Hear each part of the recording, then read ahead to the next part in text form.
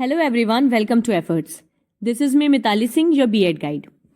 B.Ed 4th semester का paper code edu B.Ed 113 educational technology शैक्षिक प्रौद्योगिकी, इसका यूनिट 1 हमने कंप्लीट कर लिया था और आज हम यूनिट 2 स्टार्ट करने जा रहे हैं जिसका नाम है डिजाइनिंग इंस्ट्रक्शनल टेक्नोलॉजी, अनुदेशात्मक प्रौद्योगिकी की रूपरेखा तैयार करना।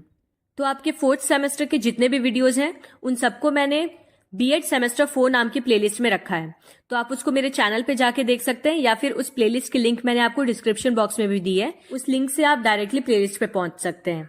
तो आइए पहले जानते हैं कि यूनिट 2 में आपको क्या क्या टॉपिक्स पढ़ने हैं।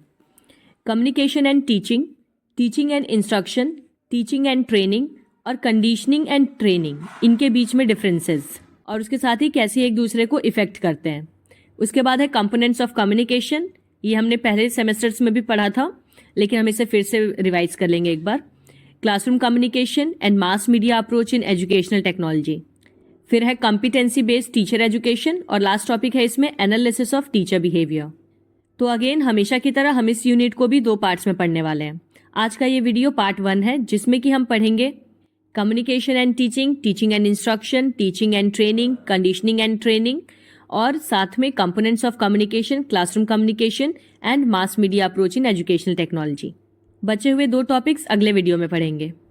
आप में से कई बच्चे इस साल सीटेट के एग्जाम में अपीयर भी हुए होंगे, कईयों ने निकाल भी लिया होगा। लेकिन अगर आपने सीटेट नहीं दिया है और आपका टारगेट है सीटेट 2025, तो आपके लिए मैं 25 मार्च से सीटेट की फ्री क्लासेस लेके आ रही हूँ जिसमें कि आप मेरे साथ अपना B.Ed कंप्लीट करते करते सीटेट भी क्वालिफाई कर लेंगे। तो 25 मार्च से मेरे साथ सीटेट की तैयारी के लिए जुड़ना मत भूलिएगा। तो चलिए वीडियो को स्टार्ट करते हैं बिना टाइम वेस्ट किए।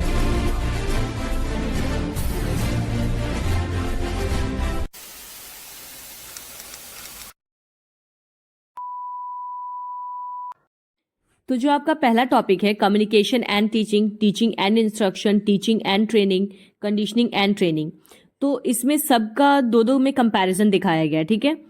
तो अगर आपको ये क्वेश्चंस अलग अलग देता है, मतलब सिर्फ कम्युनिकेशन और टीचिंग पूछता है या फिर सिर्फ टीचिंग और इंस्ट्रक्शन पूछता है या सिर्फ टीचिंग और ट्रेनिंग या कंडीशनिंग और ट्रेनिंग पूछता है, तो उस केस में आप क्या करेंगे, सबसे पहले टीचिंग का डेफिनेशन, मीनिंग, कंसेप्ट और ये सारी चीज़ें लिखेंगे। उसके बाद आप कम्युनिकेशन का मीनिंग, कंसेप्ट, डेफिनेशन हर चीज़ लिखेंगे और लास्ट में फिर दोनों को कंपेयर करेंगे या दोनों के बीच में रिलेशन बताएंगे। फिर उसी तरह से अगर टीचिंग और इंस्ट्रक्शन देता है तो उसमें आप पहले टीचिंग के बारे में सब चीज़ बताएंगे, फिर इंस्ट्रक्शन के बारे में बताएंगे और फिर लास्ट में इन दोनों को कंपेयर करेंगे। लेकिन अगर आपको सारे टॉपिक्स एक ही क्वेश्चन में पूछ लेता है कि जिस तरह से लिखा है अभी उसी तरह से बस क्वेश्चन पूछ देगा कि explain communication and teaching, teaching and instruction, teaching and training and conditioning and training, तो उस केस में आपको क्या करना है, सबसे पहले इसमें देखिए कॉमन क्या है, टीचिंग। तो आप स्टार्ट किससे करेंगे, टीचिंग का मीनिंग, कंसेप्ट और डेफिनेशन, ये सारा लिखने से, ठीक है। जब आप टीचिंग के बारे में लिखेंगे तब आप कम्युनिकेशन के बारे में लिखिए, फिर टीचिंग कम्युनिकेशन का कंपैरिजन बताइए या रिलेशन बताइए। उसके बाद अब आप फिर से टीचिंग नहीं लिखेंगे, टीचिंग आपने ऑलरेडी एक बार लिख दिया, फिर अब आप इंस्ट्रक्शन के बारे में लिखिए, उसका कंसेप्ट, मीनिंग, डेफिनेशन और टीचिंग और इंस्ट्रक्शन के बीच में कंपैरिजन दिखाइए। उसके बाद सेम वैसे ही आप ट्रेनिंग का पूरा मीनिंग, कंसेप्ट, डेफिनेशन लिखिए, फिर ट्रेनिंग और टीचिंग में कंपैरिजन या रिलेशन दिखाइए, ठीक है। मतलब मैं बस ये कहना चाह रही हूँ कि अगर आपको ये सारे टॉपिक्स एक ही क्वेश्चन में पूछ रहा है तो आप टीचिंग को बस एक बार डिफाइन करेंगे और बाकी सबको डिफाइन करते हुए टीचिंग के साथ उनका कंपैरिजन लिख देंगे। लेकिन ये सारे टॉपिक्स अगर आपको अलग अलग क्वेश्चंस के थ्रू पूछे जा रहे हैं तब तो आपको टीचिंग को हर एक क्वेश्चन में लिखना है और फिर उसके साथ वाले को भी डिफाइन करना है और फिर कंपैरिजन बताना है। चलिए, आई होप आपको समझ आया होगा। अब हम स्टार्ट करते हैं अपना टॉपिक। पहला टॉपिक है concept, meaning and definition of teaching, शिक्षण की अवधारणा, अर्थ और परिभाषा। Teaching is a social process meaning to teach. It is a methodology of making something known to others. It is a 3D process in which 3 aspects function together: teacher, student and curriculum. शिक्षण एक सामाजिक प्रक्रिया है जिसका अर्थ होता है सिखाना। ये किसी भी बात को दूसरों तक पहुंचाने की एक पद्धति है और ये 3D प्रक्रिया है जिसमें कि 3 पहलू एक साथ काम करते हैं: शिक्षक, छात्र और पाठ्यक्रम। Teaching is the exchange of ideas और इंटरैक्शन अमंग इट्स 3 एस्पेक्ट्स. शिक्षण अपने 3 पहलुओं के बीच में विचारों का आदान प्रदान या फिर बातचीत है. All that is experienced bye an individual through out his her life is included in teaching. Teaching is that in which a person learns through formal, informal and non-formal means and keeps on developing all his parts progressively from birth to death. एक व्यक्ति द्वारा अपने पूरे जीवन काल में जितने भी सीखे गए अनुभव हैं वो सब शिक्षण में शामिल होते हैं। शिक्षण वो है जिसमें व्यक्ति औपचारिक, अनौपचारिक या फिर गैर औपचारिक तरीकों से सीखता है और जन्म से लेकर मृत्यु तक अपनी सभी शक्तियों का उत्तरोत्तर विकास करता रहता है। मतलब आप जब से पैदा हुए हैं और जब तक आप जिंदा रहेंगे तब तक आप जितनी भी चीजें अपनी लाइफ में सीख रहे हैं, चाहे वो किसी फॉर्मल इंस्टीट्यूशन यानी स्कूल या कॉलेज के अंदर सीख रहे हो या किसी इनफॉर्मल जगह जैसे कि परिवार या सोसाइटी के बीच रह के सीख रहे हो, हर एक चीज शिक्षण होता है। डेफिनेशन देखिए क्लार्के की। Clarke states teaching refers to activities that are designed and perform to produce change in pupil behaviour. Clark कहते हैं कि शिक्षण उन गतिविधियों को संदर्भित करता है जो विद्यार्थियों के व्यवहार में परिवर्तन लाने के लिए डिजाइन और निष्पादित किए जाते हैं। Thomas F green states teaching is the task of the teacher which is performed for the development of a child. Thomas F green कहते हैं कि शिक्षण शिक्षक का कार्य है जो बच्चे के विकास के लिए किया जाता है। Concept, meaning and definition of communication. संचार की अवधारणा, अर्थ और परिभाषा। The word communication has been derived from the Latin word communis, which means common. Another Latin word, communicare, which means to share. Thus, communication means sharing of ideas in common. Communication शब्द Latin शब्द के communis से लिया गया है जिसका अर्थ होता है सामान्य या common, और एक और अन्य लैटिन शब्द है जिसको कहते हैं communicare, इसका अर्थ होता है साझा करना। तो इस प्रकार से संचार या कम्युनिकेशन का अर्थ होता है विचारों को साझा करना। Communication refers to the exchange of ideas, feelings, emotions, knowledge and information between two और more persons. The communication process is made up of 4 main key components.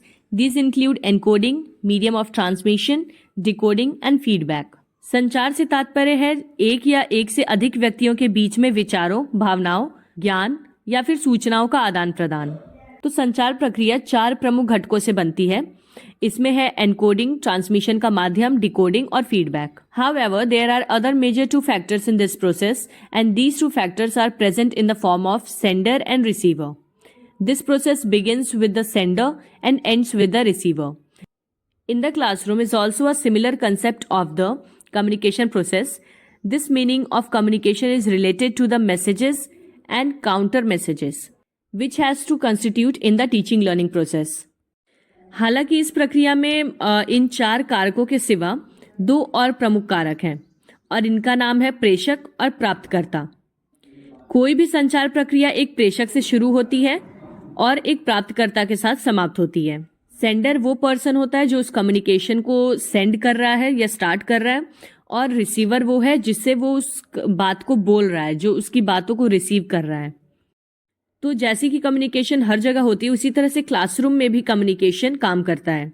कक्षा में भी संचार प्रक्रिया की एक समान अवधारणा ही है। कक्षा में संचार का ये अर्थ संदेश और प्रति संदेश से संबंधित है, जिसे शिक्षण सीखने की प्रक्रिया में शामिल किया जाता है। It has involved mainly 3 main factors: initiation, reception and response that serve as feedback.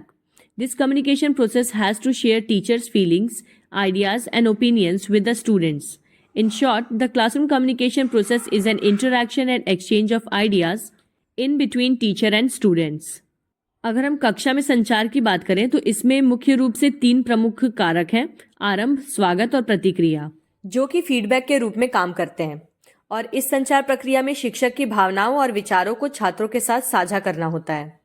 संक्षेप में अगर कहें तो कक्षा संचार प्रक्रिया शिक्षक और छात्रों के बीच बातचीत और विचारों का आदान प्रदान है। कम्युनिकेशन की डेफिनेशन जॉन एडायर ने क्या बताई है? Communication is essentially the ability of one person to make contact with another and make himself और हरसेल्फ अंडरस्टूड। जॉन एडायर के अनुसार संचार अनिवार्य रूप से एक व्यक्ति की दूसरे व्यक्ति के साथ संपर्क बनाने और खुद को समझाने की क्षमता है। वहीं लुइस एलन कहते हैं communication is a bridge of meaning. इनके अनुसार संचार अर्थ का एक पुल है। अब दोनों की डेफिनेशन सेपरेटली बताने के बाद टीचिंग एंड कम्युनिकेशन जानते हैं शिक्षण और संचार में क्या संबंध है। Communication means the act of imparting specially news or the science and practice of transmitting information. There is a link between teaching and communication. Teachers are constantly imparting new knowledge और ट्रांसमिटिंग इंफॉर्मेशन। संचार का अर्थ होता है प्रदान करने का कार्य, विशेष रूप से किसी तरह का समाचार या किसी तरह की जानकारी। तो ये सूचना प्रसारित करने का विज्ञान या अभ्यास है, यानी कम्युनिकेशन का मतलब ही है इंफॉर्मेशन को इम्पार्ट करना। शिक्षण और संचार के बीच में एक संबंध है जिसमें कि शिक्षक लगातार नया ज्ञान प्रदान करते हैं या नए ज्ञान को संचारित करते रहते हैं या फिर जानकारी को प्रसारित करते हैं। सिंपली वी नो कि without communication teaching is next to impossible.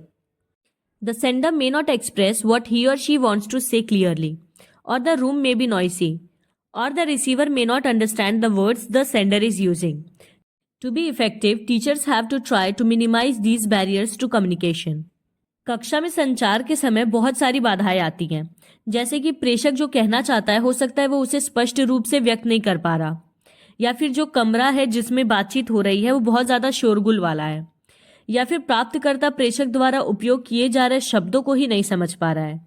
तो इसलिए संचार प्रक्रिया को प्रभावी बनाने के लिए शिक्षकों को संचार में आने वाली इन बाधाओं को कम करने का प्रयास करना चाहिए।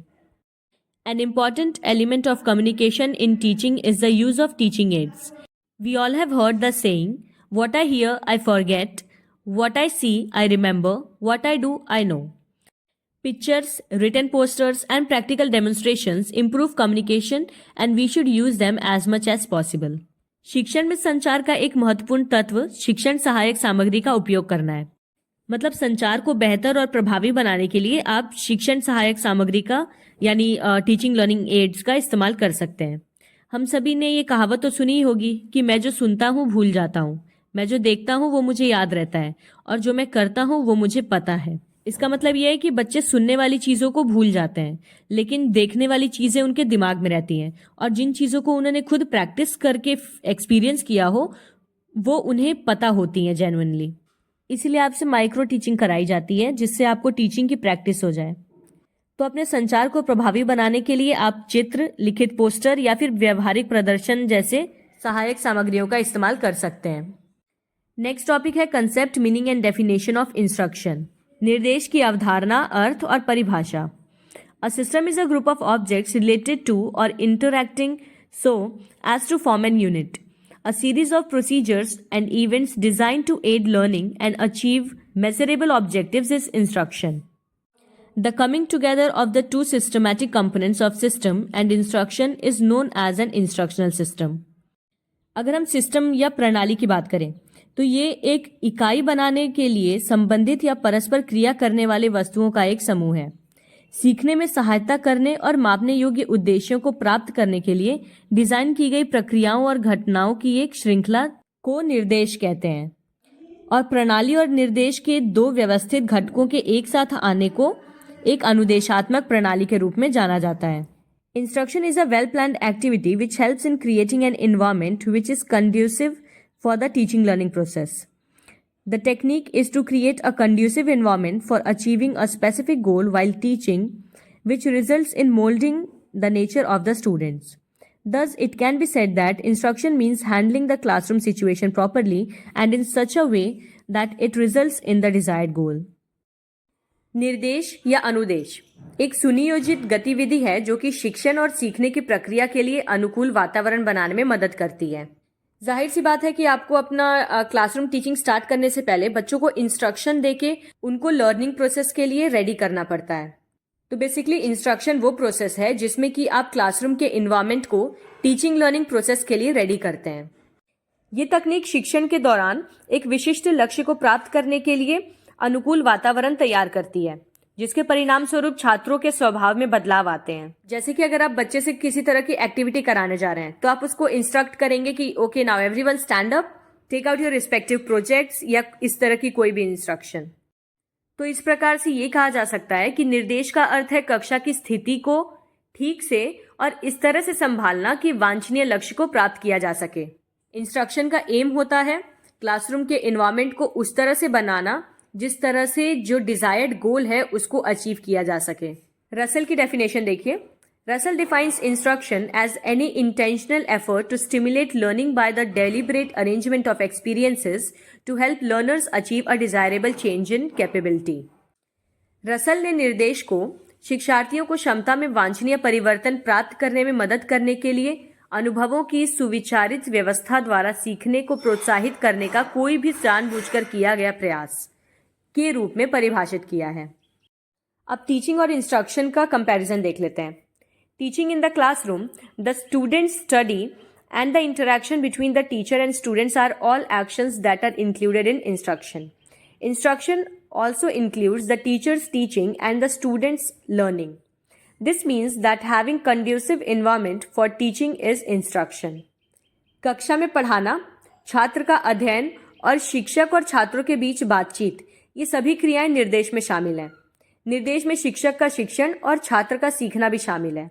इसका मतलब यह है कि शिक्षण के लिए अनुकूल वातावरण होना ही निर्देश है। अब मैं आपको पॉइंट वाइज इनके डिफरेंसेस बताती हूँ। आप चाहें तो इन्हें लाइन बाय लाइन लिख सकते हैं या फिर इस तरह से टेबल के फॉर्म में भी लिख सकते हैं, जैसा आपको कन्वीनियंट लगे। एक तरफ है टीचिंग, दूसरी तरफ है इंस्ट्रक्शन। हिंदी में कहते हैं शिक्षण और अनुदेश। Teaching works for overall development.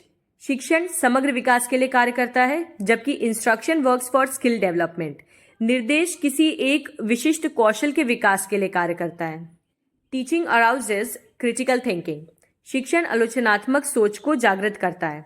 Instruction arouses functional thinking. निर्देश कार्यात्मक सोच को जागृत करता है। इंस्ट्रक्शन देने का मतलब ही है कि आप सामने वाले को किसी काम को करने के लिए बोल रहे हैं, तो इसलिए फंक्शनल थिंकिंग से रिलेटेड है। Teaching produces new product. शिक्षण नए उत्पाद उत्पन्न करता है। Instruction AIIMS for producing carbon copy और फोटोकॉपी। निर्देश का उद्देश्य कार्बन कॉपी या फिर फोटोकॉपी तैयार करना होता है। मतलब टीचिंग के थ्रू आप कोई भी नई चीज प्रोड्यूस कर सकते हैं, बट इंस्ट्रक्शन के थ्रू नहीं। Teaching is explaining how something is done, यानी शिक्षण ये समझाता है कि कोई चीज कैसे की जाती है। Instruction is telling how something is done. निर्देश ये बताता है कि कोई चीज कैसे की जाती है। मतलब टीचिंग में आप सामने वाले को समझाते हैं, एक्सप्लेन करते हैं, जबकि इंस्ट्रक्शन में आप केवल उसे गाइड करते हैं या ऑर्डर देते हैं। Teaching is liberation. शिक्षण मुक्ति है। Instruction is regimentation. अनुदेश अनुशासन है। A teachers use ideas to be subverted. एक शिक्षक विकृत करने के लिए विचार फैलाता है। An instructor lays down rules to be obeyed, जबकि एक प्रशिक्षक पालन किए जाने वाले नियमों को निर्धारित करता है। नेक्स्ट टॉपिक है concept, meaning and definition of training.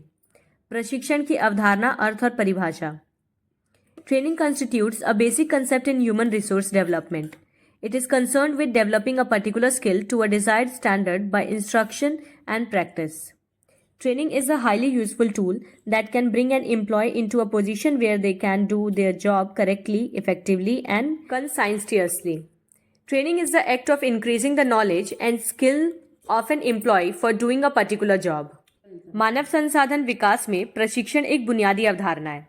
इसका संबंध निर्देश और अभ्यास द्वारा किसी भी विशेष कौशल को वांछित मानक तक विकसित करने से है। प्रशिक्षण एक अत्यधिक उपयोगी उपकरण है जो किसी कर्मचारी को ऐसी स्थिति में ला सकता है जहां वे अपना काम सही ढंग से, प्रभावी ढंग से और कर्तव्य निष्ठा से कर सकें।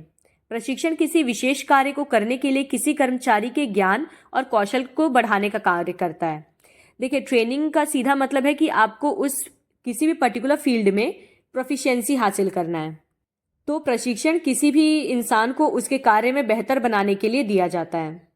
Training refers to the teaching and learning activities carried on for the primary purpose of helping members of an organization acquire and apply the knowledge, skills, abilities and attitudes needed by a particular job and organization.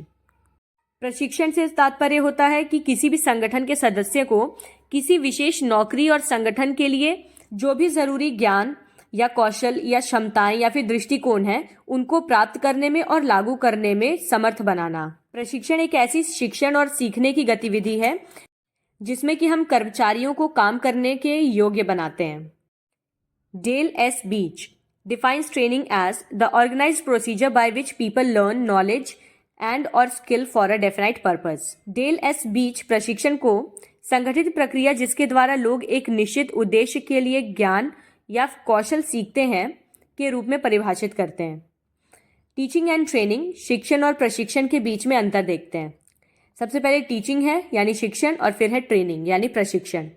Teaching is an academic activity in which a teacher imparts knowledge and concepts to the students on a given topic to prepare him or her for the future challenges. शिक्षण एक शैक्षणिक गतिविधि है जिसमें एक शिक्षक छात्र को भविष्य की चुनौतियों के लिए तैयार करने के लिए किसी दिए गए विषय पर ज्ञान और अवधारणाएं प्रदान करता है, जबकि training is a learning process wherein a person is given instructions and guidelines by a professional और expert concerning a specific skill related to job for improving the learner's performance. जबकि प्रशिक्षण एक ऐसी सीखने की प्रक्रिया है जिसमें कि किसी पेशेवर या विशेषज्ञ द्वारा किसी व्यक्ति को उसकी नौकरी से संबंधित जो भी कौशल है उसमें विकास करने के लिए निर्देश या दिशा निर्देश दिए जाते हैं।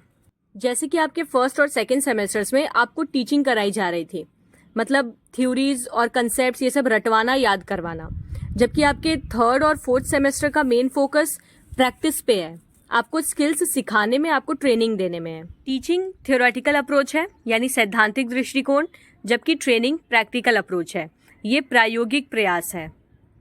जैसा कि मैंने अभी आपको बताया कि टीचिंग थ्योरीज पे बेस्ड होती है जबकि ट्रेनिंग प्रैक्टिकल्स पे बेस्ड होती है। It is a provision of new knowledge to students. शिक्षा छात्रों को नए ज्ञान का प्रावधान है। It is the application of existing knowledge of the learners in a specific manner, जबकि प्रशिक्षण शिक्षार्थियों के मौजूद ज्ञान का एक विशिष्ट तरीके से अनुप्रयोग है। मतलब आपको जो भी नॉलेज है उसको आप रियल लाइफ में कैसे इम्प्लीमेंट कर रहे हैं, उसको कैसे प्रैक्टिस कर रहे हैं। It emphasizes on education, knowledge and wisdom. शिक्षण शिक्षा, ज्ञान और बुद्धिमत्ता पर जोर देती है। It emphasizes on skills and abilities. वहीं प्रशिक्षण कौशल और क्षमताओं पर जोर देता है। It inculcates breadth of knowledge in different spheres. ये विभिन्न क्षेत्रों में ज्ञान की व्यापकता को पैदा करता है। It inculcates in depth knowledge in a particular sphere. ये किसी विशेष क्षेत्र में गहन ज्ञान को विकसित करता है। It is conducted in classroom environment. ये कक्षा के वातावरण में आयोजित किया जाता है। और it is conducted in work environment और classroom environment.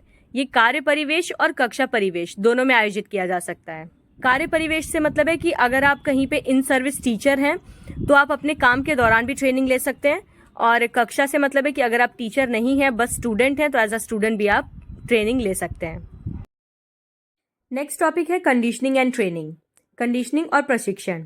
The terms conditioning and training are often used interchangeably but they have distinct meanings. ये दोनों ही शब्द कंडीशनिंग और प्रशिक्षण ये अक्सर एक दूसरे के स्थान पर उपयोग किए जाते हैं, लेकिन इन दोनों के अर्थ अलग अलग हैं। Conditioning refers to the process of modifying behavior through repeated exposure to stimuli in order to elicit a specific response. It involves associating a particular stimulus with a desired behavior or response. Conditioning व्यवहार को संशोधित करने की एक प्रक्रिया है जिसमें कि किसी एक विशिष्ट प्रतिक्रिया को प्राप्त करने के लिए बार बार उत्तेजनाओं को सामने लाया जाता है। मतलब अगर लर्नर को किसी एक पर्टिकुलर टाइप के स्टिमुलस पे एक स्पेसिफिक तरह का रिस्पॉन्स सिखाना है तो बार बार उसी स्टिमुलस को उसके सामने लाया जाएगा और उसको यही सेम चीज बार बार रिपीट कराई जाएगी, जिससे कि उसके दिमाग में वो रिस्पॉन्स अच्छी तरह से बैठ जाएगा। तो कंडीशनिंग में किसी भी एक विशेष उत्तेजना को वांछित व्यवहार या प्रतिक्रिया के साथ जोड़ा जाता है, मतलब स्टिमुलस को एक पर्टिकुलर रिस्पॉन्स से जोड़ा जाएगा। Conditioning is a method of creating predictable ways of behaving that began with Pavlov and his dogs and is widely used in training of dogs and other animals today. It is also useful for training children and adults. Conditioning से हम किसी के भी व्यवहार को पूर्वानुमानित बना सकते हैं, यानी हम उसके बिहेवियर को प्रेडिक्ट कर सकते हैं। जैसा कि इस मेथड को पैवलोव ने अपने कुत्तों के साथ शुरू किया था और आज कई सारे डॉग्स या और भी जानवरों को ट्रेन करने के लिए कंडीशनिंग मेथड यूज किया जाता है। इवन इसका यूज बच्चों में भी किसी एक पर्टिकुलर तरह की आदत को लगाने के लिए करते हैं। Classical and operant conditioning are two well known types of conditioning. In education, conditioning can involve shaping student behaviour through a reinforcement, punishment और other behaviour modification techniques. Classical और ऑपरेंट कंडीशनिंग ये दो प्रसिद्ध प्रकार है कंडीशनिंग के। और शिक्षा में कंडीशनिंग में सुदृढ़ीकरण, दंड या अन्य व्यवहार संशोधन तकनीकों के माध्यम से छात्र के व्यवहार को आकार दिया जाता है। बच्चों को किसी भी तरह का बिहेवियर सिखाने के लिए कंडीशनिंग का यूज होता है। हम बार बार उनके सामने वो स्टिमुलस और रिस्पॉन्स रिपीट करते रहते हैं, जिससे कि ये चीज उनके दिमाग में छप जाती है। Training on the other hand typically refers to the process of teaching और instructing individuals to acquire specific knowledge, skills, or abilities. It involves structured learning experiences designed to improve performance in a particular task or domain. दूसरी ओर अगर हम प्रशिक्षण की बात करें तो प्रशिक्षण आमतौर पर व्यक्तियों को विशिष्ट ज्ञान या कौशल या योग्यता प्राप्त करने के लिए सिखाने या निर्देश प्रदान करने से संबंधित है। अभी मैंने आपको ट्रेनिंग के बारे में काफ़ी चीज़ें एक्सप्लेन की हैं। Training can occur in various contexts such as academic settings, vocational training programs, or professional development workshops. In education, training might involve equipping teachers with pedagogical skills, providing students with academic instruction, or preparing individuals for specific careers or roles. तो प्रशिक्षण में किस तरह के कार्य शामिल हो सकते हैं, जैसे कि शिक्षकों को शैक्षणिक कौशल से लैस करना, छात्रों को शैक्षणिक निर्देश प्रदान करना या व्यक्तियों को विशिष्ट करियर या भूमिकाओं के लिए तैयार करना. While conditioning focuses on behavior modification through repeated stimulus-response associations, training focuses on the acquisition of knowledge, skills, and abilities through structured learning experiences. Conditioning और ट्रेनिंग में सिंपल सा डिफरेंस ये है कि कंडीशनिंग के केस में हम किसी भी एक्टिविटी को बार बार रिपीट करते हैं जिससे कि वो बच्चे के दिमाग में बैठ जाती है, जबकि ट्रेनिंग में हम बच्चों के अंदर स्किल्स डेवलप करते हैं, उनको रियल लाइफ एक्सपीरियंस प्रोवाइड कराते हैं, उनको प्रैक्टिस करवाते हैं, जिससे कि वो चीज़ों को अपने दिमाग में एज इट इज छापने की जगह रियल लाइफ एक्सपीरियंस से उनको सीख सकें या समझ सकें. अब नेक्स्ट टॉपिक है प्रोसेस ऑफ कम्युनिकेशन, संचार की प्रक्रिया. The communication process is a dynamic framework that describes how a message travels between a sender and receiver using various communication channels. Its goal is to ensure the receiver decodes the message correctly and can provide feedback with ease and speed. संचार प्रक्रिया एक गतिशील रूपरेखा है जो कि बताती है कि विभिन्न संचार चैनलों का उपयोग करके एक संदेश प्रेषक और प्राप्तकर्ता के बीच में कैसे यात्रा करता है. इसका लक्ष्य ये सुनिश्चित करना होता है कि प्राप्तकर्ता संदेश को सही ढंग से डिकोड कर सके और आसानी से और गति के साथ प्रतिक्रिया प्रदान कर सके.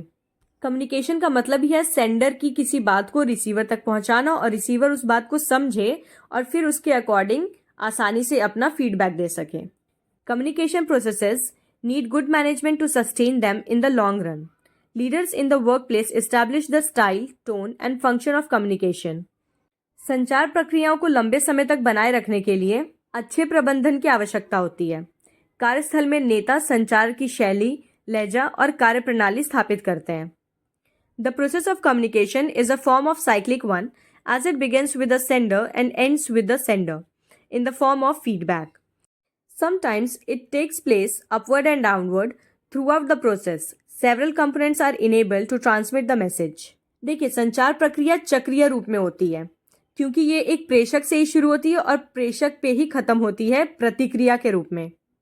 मैंने आपको कम्युनिकेशन प्रोसेस पहले भी एक्सप्लेन किया था जिसमें कि मैंने बताया था किस तरह से मैसेज सेंडर से शुरू होता है और फिर फीडबैक के रूप में सेंडर पे ही आके खत्म होता है. कई बार ये चक्र की तरह नहीं होता क्योंकि उस केस में जो सेंडर है वो मैसेज को सेंड करता है और वो उसी तरह से फॉरवर्ड होता जाता है नेक्स्ट लेवल तक, मतलब वापस से रिटर्न होके सेंडर पे नहीं आता.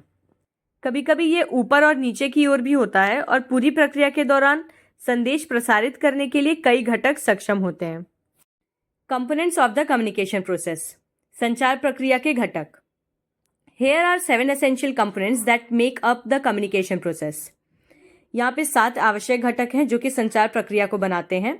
सबसे पहला है sender, the person who conceptualize the idea and wants it to deliver to the recipient. Sender को हिंदी में कहते हैं प्रेषक. ये वो व्यक्ति होता है जिसने विचार की संकल्पना की है और जो चाहता है कि इसे प्राप्तकर्ता तक पहुंचाया जाए. फॉर एग्जाम्पल, मैं आपको ये लेसन पढ़ाना चाहती हूँ तो मैं सेंडर हूँ और मैं चाहती हूँ कि मेरी बातें आप तक पहुँचे, तो आप रिसीवर हैं. Encoding, the way the information is described और translated into a message. Encoding का मतलब होता है जिस तरह से जानकारी का वर्णन या संदेश में अनुवाद किया जाता है. जैसे कि आप तक अपना मैसेज पहुंचाने के लिए मैंने डिसाइड किया कि मैं आपको वीडियो के फॉर्म में पढ़ाऊंगी, तो जो मैं अभी ये वीडियो बना रही हूँ, पूरा कंटेंट लिख रही हूँ, ये सारी चीज़ें एनकोडिंग है जब हम मैसेज को फॉर्म करते हैं. थर्ड है मैसेज, द आइडिया, फैक्ट और opinion that the sender wants to communicate. Message को हिंदी में कहते हैं संदेश और ये वो विचार, तथ्य या राय होता है जिसको प्रेषक संप्रेषित करना चाहता है. मतलब अब इस वीडियो का जितना भी कंटेंट है ये सब क्या है, मैसेज है, जिसको मैं इस वीडियो के थ्रू एनकोड करके आप तक पहुंचाना चाह रही हूँ। फोर्थ है communication channel, the method of delivering the message. Communication channel को हिंदी में कहते हैं संचार माध्यम, यानी संदेश पहुंचाने की विधि। आपको ये लेसन पढ़ाने के लिए मैंने जो मेथड डिसाइड किया वो था यूट्यूब पे वीडियोस अपलोड करना। इसके अलावा मैं यूट्यूब पे शॉर्ट्स के फॉर्म में भी पढ़ा सकती थी, या इंस्टा पे रील्स अपलोड कर सकती थी, या फिर टेलीग्राम या व्हाट्सएप पे ग्रुप बना के भी आपको पढ़ा सकती थी। तो चैनल का मतलब सीधा सा ये है कि कौन सा माध्यम आप चुन रहे हैं अपनी बात को कहने के लिए, अपना मैसेज कन्वे करने के लिए। मैं जो भी मीडियम चूज कर रही हूँ वो है कम्युनिकेशन चैनल। फिफ्थ है receiver, the target audience of the message. प्राप्तिकर्ता यानी संदेश के लिए लक्षित दर्शक। अब जैसे कि मैं ये वीडियो आप सबको टारगेट करके बना रही हूँ, आपके लिए बना रही हूँ, तो इसीलिए जो भी मेरी यूट्यूब की ऑडियंस है वो सब रिसीवर है। सिक्स्थ कंपोनेंट है decoding, the interpretation of the message. Decoding का मतलब होता है संदेश की व्याख्या। तो मैंने तो वीडियो बना के यूट्यूब के थ्रू अपनी बात आप तक पहुंचा दी। अब आप सब मेरे वीडियोस के थ्रू चैप्टर को समझ रहे हैं, तो ये क्या है, डिकोडिंग है। मतलब वीडियो में जो मैसेज मैंने एनकोड किया था आप अब उसको देख के डिकोड कर रहे हैं। और सेवेंथ है फीडबैक, द रिस्पॉन्स और action a receiver takes after decoding a message. Feedback क्या है, किसी संदेश को डिकोड करने के बाद प्राप्तकर्ता द्वारा की जाने वाली प्रतिक्रिया या कार्रवाई। यानी कि मेरा वीडियो डिकोड कर लेने के बाद, उसे समझ लेने के बाद अब आप अपना पॉइंट ऑफ व्यू मेरे साथ शेयर करेंगे कि मैम वीडियो बहुत अच्छा था, या मैम वीडियो में ये चीज़ समझ नहीं आई, थोड़ा सा और स्लो पढ़ाइए या फास्ट पढ़ाइए। जिस तरह का भी रिएक्शन आप मुझे देंगे वो क्या है, आपका फीडबैक है। तो एज अ यूट्यूब ऑडियंस आप कमेंट्स, लाइक, सब्सक्राइब, शेयर, इन सब के थ्रू अपना फीडबैक मुझसे शेयर कर सकते। इतना अच्छे से कम्युनिकेशन प्रोसेस समझा दिया मैंने। अच्छा लगा हो तो सब्सक्राइब कर दीजिएगा चैनल। सो मैंने ऑलरेडी आपको कम्युनिकेशन का प्रोसेस एक्सप्लेन कर दिया है, बट फिर भी अगर आपको लिखने के लिए कंटेंट चाहिए तो मैं आपको बता दे रही हूँ क्या लिखना है। फंक्शनिंग ऑफ कम्युनिकेशन प्रोसेस, संचार प्रक्रिया की कार्यप्रणाली।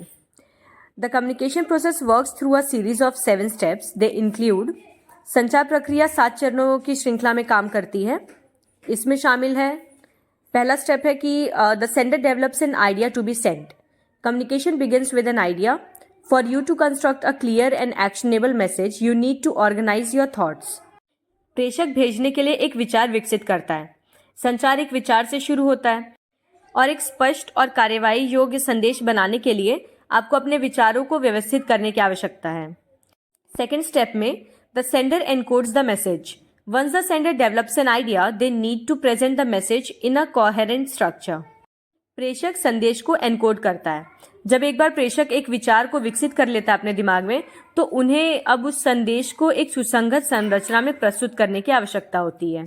थर्ड स्टेप है, the sender selects the channel of communication that will be used. Think about how you need to send your message. The communication channel you use should organize your information in a way that enhances your point. Consider the 4 main types of communication channels when making your decision. प्रेषक संचार के उस channel का चयन करता है जिसका उपयोग किया जाएगा। तो इस बारे में सोचें कि आपको अपना संदेश कैसे भेजना है। आपके द्वारा उपयोग किया जाने वाला संचार चैनल आपकी जानकारी को इस तरह से व्यवस्थित करना चाहिए जो आपकी बातों को और बढ़ाए, आपकी बातों को प्राप्तकर्ता तक स्पष्ट रूप से पहुंचाए। तो कौन सा संचार का चैनल चुनना है, इसका निर्णय लेते समय 4 मुख्य प्रकार के संचार चैनलों पर विचार करें। नंबर 1, वर्बल, जिसमें कि face to face, telephone, video conferences, presentation and visual media शामिल है। मौखिक कहते हैं इसको हिंदी में, आमने सामने, टेलीफोन, वीडियो कॉन्फ्रेंस, प्रस्तुतियाँ और दृश्य मीडिया। फिर है non verbal, eye contact, facial expression, body language and dress code. मतलब नॉन वर्बल में आप बिना बोले अपनी बात को पहुंचाते हैं, जिसमें कि गैर मौखिक में क्या क्या शामिल है, आंख से संपर्क, चेहरे के भाव, शारीरिक भाषा या फिर ड्रेस कोड। फिर रिटन में है emails, news letters, press releases, text messages, social media post, records, proposals and other business document. लिखित में आता है ईमेल, समाचार पत्र, प्रेस विज्ञप्ति, पाठ संदेश, सोशल मीडिया पोस्ट, रिकॉर्ड, प्रस्ताव और अन्य व्यावसायिक दस्तावेज। और फोर्थ है विजुअल, जिसमें है graphs, charts and drawings. Hindi में इसे कहते हैं दृश्य, ग्राफ, चार्ट और चित्र। फोर्थ स्टेप है the message travels over the channel of communication. The sender should select an appropriate medium for the message. This will depend on your relationship with the receiver, the purpose of your writing and the urgency of the message. संदेश संचार के माध्यम से प्रसारित होता है। प्रेषक को संदेश के लिए एक उपयुक्त माध्यम का चयन करना चाहिए, जैसा कि ऊपर बताया गया अभी। ये प्राप्तकर्ता के साथ आपके रिश्ते, आपके लिखने के उद्देश्य और संदेश की तत्कालीनता पर निर्भर करता है। तो संदेश के प्रसारित होने के बाद 5th स्टेप है the receiver receives the message. Next, the recipient receives the message. The receiver will process the message according to the communication channel the sender uses. प्राप्तकर्ता संदेश को प्राप्त करता है। इसके बाद प्राप्तकर्ता संदेश को प्राप्त करेगा और प्रेषक द्वारा उपयोग किए जाने वाले संचार चैनल के अनुसार ही प्राप्तकर्ता संदेश को संसाधित करेगा। 6th स्टेप है the receiver decodes the message. The receiver then decodes the sender's message. In this stage the receiver processes the information, understands its context, and analyzes its implications. This is one of the most crucial stages in the communication process. If the receiver can successfully decode the message, this implies the effectiveness of the communication process. Receiver या प्राप्तकर्ता संदेश को अब decode करता है। प्राप्तकर्ता प्रेषक के संदेश को डिकोड करता है और इस चरण में प्राप्तकर्ता सूचना को संसाधित करता है, उसके संदर्भ को समझता है और उसके निहितार्थों का विश्लेषण करता है। ये संचार प्रक्रिया में सबसे महत्वपूर्ण चरणों में से एक है, क्योंकि यदि प्राप्तकर्ता संदेश को सफलतापूर्वक डिकोड कर सकता है तो इसका तात्पर्य संचार प्रक्रिया की प्रभावशीलता से है। और 7th और लास्ट स्टेप है the receiver provides feedback. Feedback is the most important step in the communication process. Feedback leads to future communication. प्राप्तकर्ता फीडबैक प्रदान करता है। संचार प्रक्रिया में फीडबैक सबसे महत्वपूर्ण चरण है। फीडबैक भविष्य में संचार प्रक्रिया को आगे बढ़ाता है, क्योंकि जाहिर सी बात है अगर रिसीवर कोई फीडबैक देगा नहीं तो कम्युनिकेशन वहीं पे स्टॉप हो जाएगी, क्योंकि कम्युनिकेशन वन साइडेड नहीं होती है। अगर वन साइडेड ही हो रहा है बस तो वो लेक्चर है, ना कि कम्युनिकेशन। नेक्स्ट टॉपिक है क्लासरूम कम्युनिकेशन यानी कक्षा संचार। Meaning and types of classroom communication. Communication within the classroom is important in order for students to learn effectively and should be put in place from an early stage of learning. Classroom communication exists in 3 categories: verbal, non-verbal and written. तो छात्रों के प्रभावी ढंग से सीखने के लिए कक्षा के भीतर संचार महत्वपूर्ण है। बिना कम्युनिकेशन के आप बच्चों को किस तरह से पढ़ा पाएंगे भला? तो कक्षा में संचार प्रक्रिया को सिखाने के लिए इसे बहुत ही प्रारंभिक चरण से लागू किया जाना चाहिए। मतलब बच्चों को बहुत छोटी क्लासेस से ही आप क्लासरूम में कम्युनिकेट करने की आदत लगाएं। हाँ, फालतू की बातें नहीं, जेन्युइन कम्युनिकेशन की आदत लगाएं। जैसे कि क्लासरूम में किस तरह से अपने क्लासमेट से बात करना है, टीचर्स को किस तरह से ग्रीट करना है, क्वेश्चन के आंसर्स किस तरह से देने हैं। कक्षा संचार 3 श्रेणियों में मौजूद है: मौखिक, गैर मौखिक और लिखित। Verbal communication refers to sending or receiving a message through sounds and languages. Teachers can address one student or the whole classroom through verbal communication. For example, a teacher may ask a student to stand up, which is a verbal communication. कक्षा में प्रयोग होने वाला सबसे मुख्य संचार क्या है? मौखिक संचार। मौखिक संचार से तात्पर्य है ध्वनियों और भाषाओं के माध्यम से संदेश भेजना या प्राप्त करना। शिक्षक मौखिक संचार के माध्यम से एक छात्र को या पूरी कक्षा को संबोधित कर सकते हैं। उदाहरण के लिए, अगर एक शिक्षक किसी छात्र को खड़े होने को कह रहा है तो ये मौखिक संचार है। सिंपली जो भी कम्युनिकेशन बोल के हो रही है वो वर्बल कम्युनिकेशन है। Non verbal communication refers to communicating without words through body language, gestures, facial expressions, the tone and pitch of the voice and posture. For example, if a teacher is nodding their head while a student is speaking, this can be encouraging or show that they agree with the student. गैर मौखिक संचार से तात्पर्य है शारीरिक भाषा, हाव भाव, चेहरे के भाव, आवाज के स्वर और पिच और मुद्रा के माध्यम से शब्दों के बिना संचार करना। उदाहरण के तौर पे, अगर कोई बच्चा किसी प्रश्न का उत्तर दे रहा है और उस वक्त शिक्षक छात्र के बोलते समय अपना सिर हिला रहा है तो ये उत्साहजनक हो सकता है और ये इस चीज को भी दर्शाता है कि वो छात्र की बात से सहमत है। मतलब यहाँ पे टीचर किसी तरह के वर्ड्स नहीं यूज कर रहा, बट स्टिल वो अपने सिर को हाँ में हिलाकर बच्चे को बता रहा है कि मैं तुम्हारी बात से सहमत हूँ या फिर तुम्हारा आंसर सही है। थर्ड है written communication. Written communication is sending और रिसीविंग इंफॉर्मेशन थ्रू राइटिंग।